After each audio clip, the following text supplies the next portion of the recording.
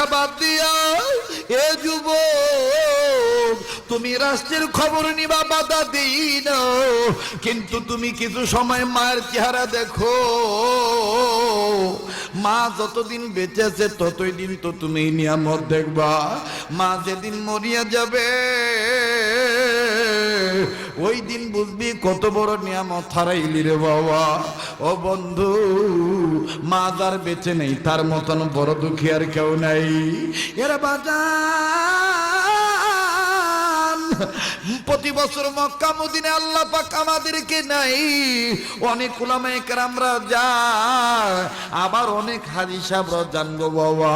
ওই Mecca Medina হজ কবুল হয়েছে কি হয় নাই কোনো গ্যারান্টি আপনার কাছে নাই, কিন্তু আমার নবী বলেছেন যখন কোনো সন্তান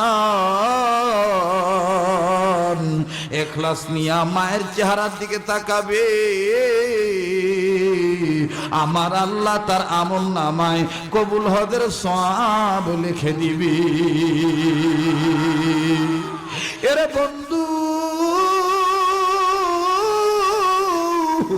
মা যার বেঁচে নাই তার মতন বড় দুঃখী আর কেউ নাই। কি হইল রে যুবক, কেন তোর চোখে পানি আসবে না, কেন তুই কাঁদবি না রে বন্ধু? আপনার কাছে ভিডিওটা কি ভালো লাগছে? ভালো লাগছে বলেই তো এত সময় ধরে ভিডিওটা দেখতেছেন, কিন্তু ভিডিওতে লাইক দেওয়ার কথা মনে আছে কি? জলদি জলদি ভিডিওতে লাইক দিয়ে আসেন, আবার দেখা শুরু করে দেন।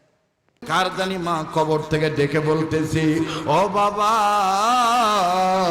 আল্লাহ যেহেতু বলছি তোমরা জাহান্নামের আগুন থেকে বাঁচাও, নিজের অধীনে যারা আছে তাদেরকে বাঁচাও।